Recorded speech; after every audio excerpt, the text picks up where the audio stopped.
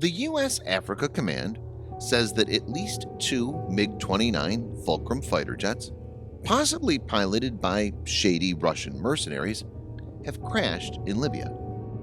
Jared Szuba, the Pentagon correspondent for Al Monitor, tweeted out that one of the jets was apparently lost on June 28th, while the other went down on September 7th, 2020. This information had come in a statement from Rear Admiral Heidi Berg, U.S. Africa Command's AFRICOM Director of Intelligence. Viewers may note that a video emerged on social media which seems to show a Russian-speaking pilot after an aircraft went down in Libya. The second half of the clip indicated that he was about to be picked up by an Mi-24 Hind gunship helicopter. This is not the first such incident and exposes the vulnerability of Russian forces. In this video, Defense Updates analyzes how the Russian military seems to be falling apart. Let's get started.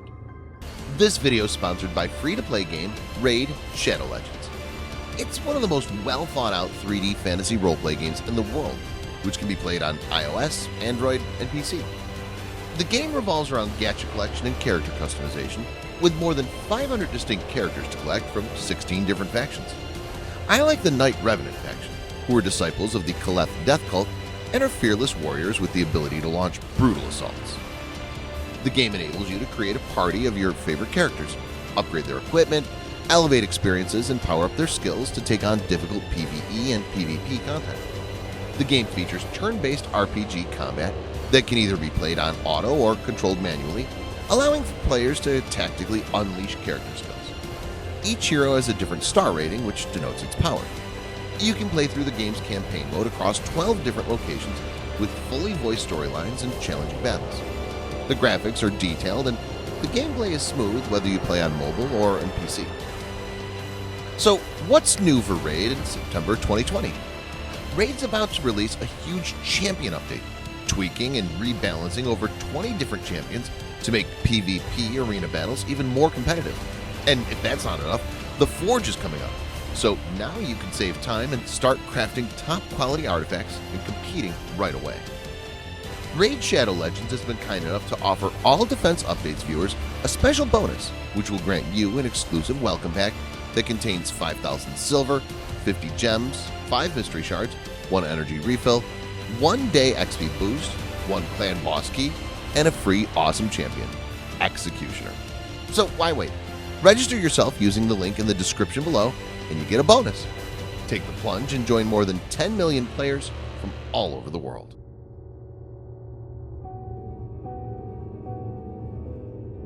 Ankara and Moscow are the main outside players in Libya's war and are backing opposing groups. Russia supports the eastern-based forces of Khalifa Haftar's Libyan National Army, LNA, while Turkey, which is a NATO member, backs Libya's internationally accepted Government of National Accord, GNA. The relation between Russia and Turkey has improved dramatically in the last few years. This came to the fore with the S-400 Triumph air defense deal, which is considered to be one of the most powerful air defense systems in the world. Because of its capabilities, S-400 has the potential to change the tactical balance in the region. In July 2017, Turkey reportedly signed the deal to acquire the S-400 air defense system from Russia. It took delivery of the S-400 in July this year. This was done against strong opposition by the US and NATO. Turkey was one of the main partner nations when it comes to the F-35 program. But because of the S-400 deal, it was eventually removed and is no longer responsible for F-35 manufacturing. Neither will it receive the jets which it had ordered. Even after this massive development, Libya remains a sore point between Russia and Turkey.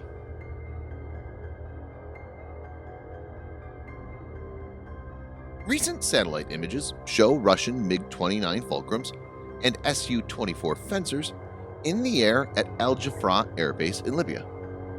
U.S. Africa Command, or AFRICOM, had released 2 new images of Al Jafra, which it said were taken on June 18, 2020. One showed an Su-24 Fencer taking off from the base, and the other showed a MiG-29 parked in front of an aircraft shelter.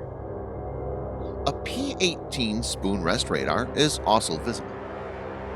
Viewers may note that the P-18 is a long-range surveillance radar that can be used for early warning and to provide general increased situational awareness and air traffic control.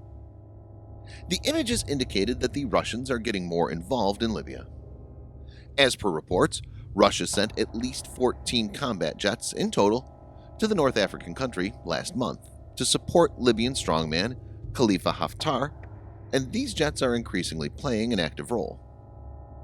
U.S. Marine Corps Brigadier General Bradford Gehring, the Director of Operations at AFRICOM, said in a press release accompanying the images, "Russia's sustained involvement in Libya increases the violence and delays a political solution.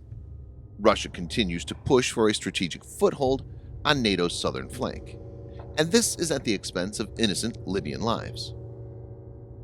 MiG-29 Fulcrum is a twin-engine, multi-role fighter jet developed by the Soviets in the 1970s, but has been upgraded since.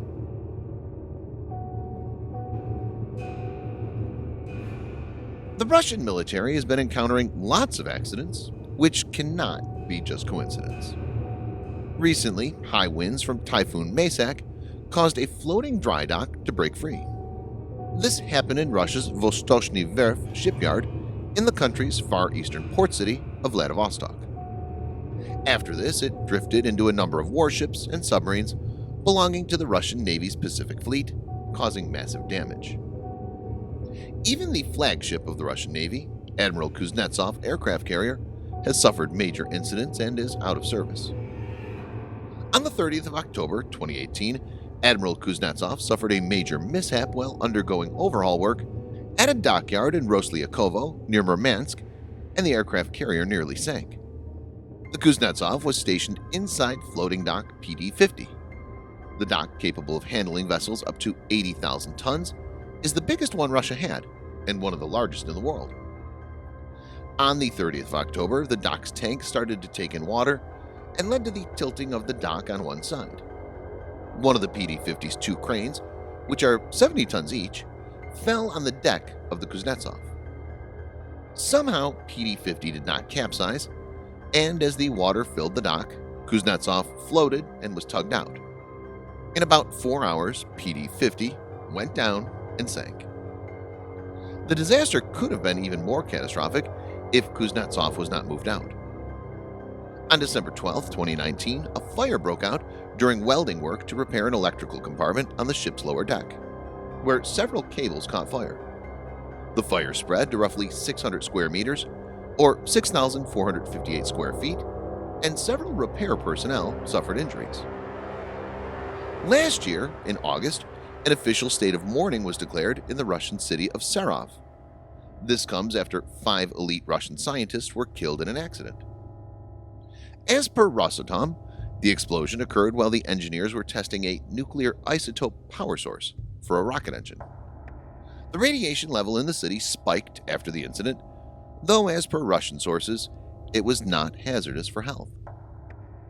Experts had linked the explosion to Brezhnev nuclear-powered cruise missile, which is also designated as SSC-X9 Skyfall by NATO. Some other analysts had pointed fingers at Poseidon, a nuclear-powered, nuclear-capable torpedo. Other than these, many aircraft crashes, as well as other incidents, have been reported in recent times.